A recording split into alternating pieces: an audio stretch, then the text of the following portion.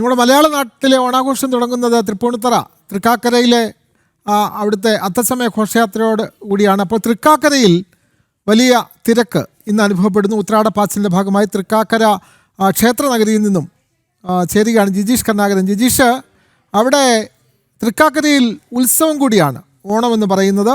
അപ്പോൾ ഉത്സവത്തിൻ്റെ ഭാഗമായി നിരവധി ആനകളും ഒക്കെ തന്നെ അവിടെ നെറ്റിപ്പട്ടം അണിഞ്ഞു നിൽക്കുന്നുണ്ട്. കൂടുതൽ ഉത്സവ വിശേഷങ്ങൾ കൂടി ജിജീഷ് കർണാകരൻ. ഉത്രാടപ്പാച്ചിലിൻ്റെ തിരക്കിലാണ് നാടും നഗരവും എല്ലാം. തിരുവനന്തപുരവും കൊച്ചിയും കോഴിക്കോടും അടക്കം പ്രധാനപ്പെട്ട നഗരങ്ങളിലെല്ലാം വലിയ തിരക്ക് തന്നെ അനുഭവപ്പെടുന്നു. എറണാകുളത്തപ്പൻ ഗ്രൗണ്ടിൽ മാത്രമല്ല, തൃക്കാക്കരയിലും വലിയ ഉത്സവം നടക്കുന്നു. അത്തം മുതൽ തന്നെ തൃക്കാക്കര ക്ഷേത്രത്തിൽ ഉത്സവം ആരംഭിക്കും.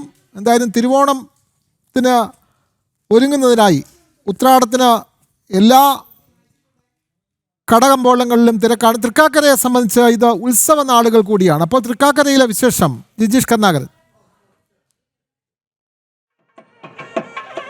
വിനോദ് പറഞ്ഞ പോലെ തന്നെ ഒരു ഭാഗത്ത് വലിയ തിരക്കാണ്, അല്ലെങ്കിൽ ഉത്രാടപ്പാച്ചിലാണ് ആളുകളെങ്കിൽ മറുഭാഗത്ത് ക്ഷേത്രങ്ങളിൽ വലിയ ചടങ്ങുകൾ നടക്കുന്നു. പ്രത്യേക ചടങ്ങുകളെല്ലാം തന്നെ പുരോഗമിക്കുന്ന ഒരു സമയം കൂടിയാണ്. ഇവിടെ തൃക്കാക്കര അമ്പലം, അത് തിരുവോണവുമായി ബന്ധപ്പെട്ട ഏറ്റവും പ്രധാനപ്പെട്ട ക്ഷേത്രങ്ങളിൽ ഒന്നാണ്. പ്രത്യേക ചടങ്ങുകൾ തന്നെയാണ് തൃക്കാക്കരയിൽ നടക്കുകയും ചെയ്യുന്നത്. രാവിലെ തിരുമുൽക്കാഴ്ചയോടുകൂടി തന്നെ ഈ ചടങ്ങുകൾ ഇവിടെ ആരംഭിച്ചു. അതിനുശേഷം ഇപ്പോൾ പകൽപ്പൂരം 9 ആനകളെ അണിനിരത്തിയുള്ള പകൽപ്പൂരം നടക്കുന്നു. ഈ ഒരു ക്ഷേത്രവുമായി ബന്ധപ്പെട്ട് ക്ഷേത്രത്തിന്റെ ഭാരവാഹിയായിട്ടുള്ള പ്രമോദ് അദ്ദേഹം തന്നെ രംഗത്തുണ്ട്.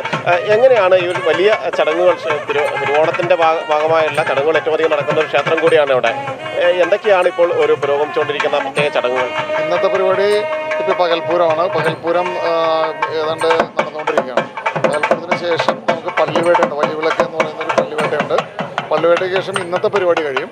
നാളെ രാവിലെ 7 മണിക്ക് 7:30 ആകുമ്പോഴത്തേക്കും മഹാബലി എതിരേൽപ്പുണ്ട്.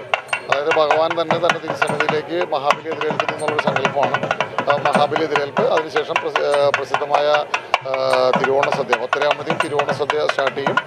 വൈകിട്ട് 5-ന് കൊടിയിറക്കി ആറാട്ടോടുകൂടി ഈ വർഷത്തെ ഓണം ആഘോഷങ്ങൾ സമാപിക്കും. വലിയ തിരക്ക് അനുഭവപ്പെടുന്ന ഒരു ക്ഷേത്രം കൂടിയാണ് ഈ ഒരു സമയത്ത്, അല്ലേ? ആളുകൾ പല ഭാഗങ്ങളിൽ നിന്ന് വരുന്നില്ലേ? ഇവിടെ ഒരു ഐതിഹ്യം എങ്ങനെയാണ് ചുരുക്കി പറഞ്ഞാൽ? തീർച്ചയായിട്ടും. അതായത് മലയാളികൾ എവിടെയാണെങ്കിലും ആഘോഷിക്കുന്ന ഓണത്തിൻ്റെ കേന്ദ്രബിന്ദു തൃക്കാക്കരയാണ്. ഈ തൃക്കാക്കരയിൽ എത്തിച്ചേർന്ന ഓണം ആഘോഷിക്കാൻ പറ്റാത്തവർ സ്വന്തം വീട്ടിൽ തൃക്കാക്കരപ്പനെ സാങ്കല്പികമായി പ്രതിഷ്ഠിച്ച് അത്തപ്പൂക്കളം ഇട്ട് 10 ദിവസം ഓണം ആഘോഷിക്കുന്നു എന്നാണ് നമ്മൾ വിശ്വസിക്കുന്നത്. അപ്പോൾ ആ ഒരു കേരളത്തിൻ്റെ തന്നെ ദേശീയോത്സവമായ ഓണത്തിൻ്റെ കേന്ദ്രം തൃക്കാക്കരയാണ്.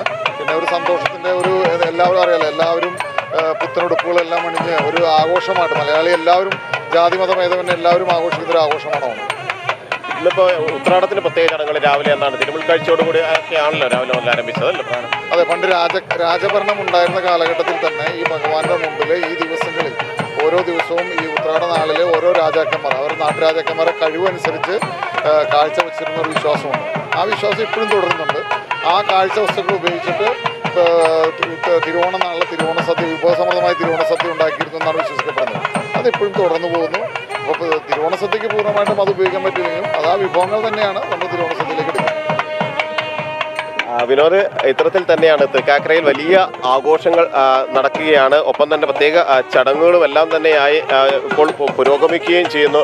വിവിധ ഭാഗങ്ങളിൽ നിന്ന് ക്ഷേത്രത്തിൽ ആളുകൾ എത്തിച്ചേരുന്നുണ്ട്. നേരത്തെ തന്നെ കഴിഞ്ഞ 10 ദിവസം മറ്റന്നാൾ മുതൽ തന്നെയാണ് ഇവിടെ ഉത്സവങ്ങൾ ആരംഭിച്ചത്. ആ ഉത്സവങ്ങൾ ഇപ്പോഴും അത് തുടരുകയും ചെയ്യുന്നു. ആളുകളെ സംബന്ധിച്ചിടത്തോളം, അത് തൃക്കാക്കരയിലുള്ള ആളുകളെ സംബന്ധിച്ചിടത്തോളം അല്ല, സംസ്ഥാനത്തിൻ്റെ പല ഭാഗങ്ങളിൽ അവരെ സംബന്ധിച്ചിടത്തോളം തിരുവോണത്തിൻ്റെ ഏറ്റവും പ്രധാനപ്പെട്ട ക്ഷേത്രങ്ങളിൽ ഒന്ന് തന്നെയാണ് ഈ ഒരു ഇവിടുത്തെ ചടങ്ങുകളിൻ്റെ ഭാഗമാകുക എന്നത് തന്നെയാണ് ഏറ്റവും പ്രധാനം. ചേട്ടാ, എല്ലാ തവണയും വരാറുണ്ട് ഈ ക്ഷേത്രത്തിൽ ഇതുമായിട്ട് ബന്ധപ്പെട്ട്? ഇതിനടുത്തുള്ള ആൾ തന്നെയാണോ? ഞാൻ ഇവിടെ അടുത്ത് തന്നെ, ഏലൂർ എന്ന് പറയും. ഇതിൻ്റെ ഐതിഹ്യം കാര്യങ്ങളൊക്കെ അറിയാൻ പറ്റും? ഐതിഹ്യം കുറച്ചൊക്കെ അറിയാം. പക്ഷേ ഇത്രയും ഇതിൻ്റെ ഇടയ്ക്ക് ഞാനത് പറയണേ, ഇതിങ്ങനെ ഉത്സവത്തിന് നല്ലൊരു തിരക്കും നല്ലൊരു ഇതും സാധാരണ ഒരു നല്ല ഇതാണ്, അന്തരീക്ഷമാണ്. എല്ലാ കൊല്ലവും ഞാനിവിടെ വരാറുണ്ട്. 10-18 കൊല്ലമായി മുടങ്ങാതെ വന്ന് ഇതൊക്കെ ചെയ്യണം. പ്രമോദിക്കറിയാത്ത കാര്യങ്ങൾ പറഞ്ഞു.